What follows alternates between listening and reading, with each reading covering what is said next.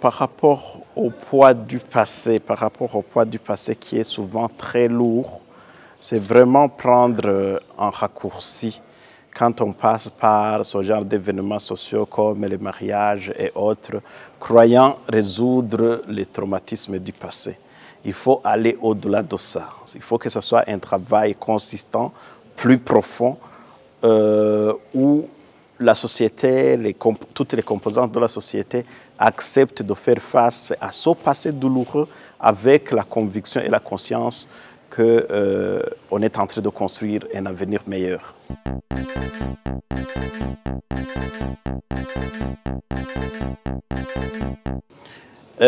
Je pense qu'il ne faut pas se focaliser sur une catégorie pour laisser l'autre. Je pense que c'est très important de faire une approche multiniveau et une approche multicatégorielle. Par approche multiniveau, je veux dire, il ne faut pas uniquement travailler sur les communautés, oubliant que les leaders communautaires sont aussi porteurs de ces traumatismes. Par multicatégoriel, je veux dire les différentes générations. Il ne faut pas penser que ce sont ceux-là qui ont vécu les malheurs de 72 qui sont uniquement porteurs de traumatismes. Les jeunes qui entendent, qui apprennent, et aussi ils restent vulnérables. Donc, à ce niveau, je pense qu'il faut préconiser une approche multiniveau et multicatégorielle.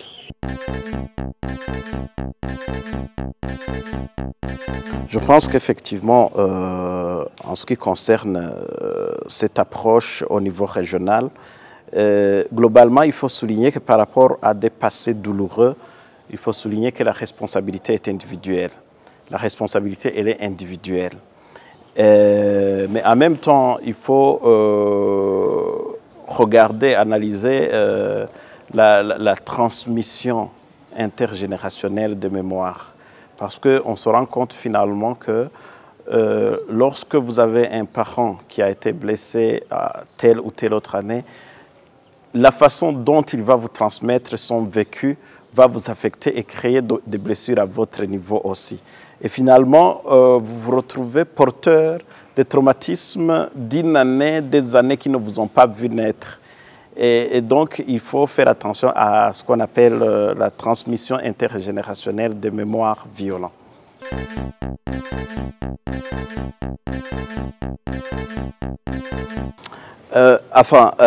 Il faut ici souligner qu'il y a comme un processus standardisé que tous les pays qui connaissent des conflits doivent suivre, notamment ces cadres de dialogue et consorts.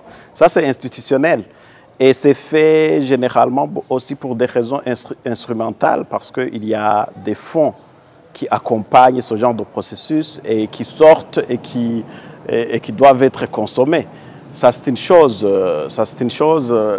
qu'il faut prendre en compte. Donc, qu'il y ait ces cadres de dialogue, peut-être que c'était des cadres de dialogue qui rentraient beaucoup plus dans cette dynamique, dans cette logique, et donc qui n'ont pas touché les vrais problèmes de façon profonde.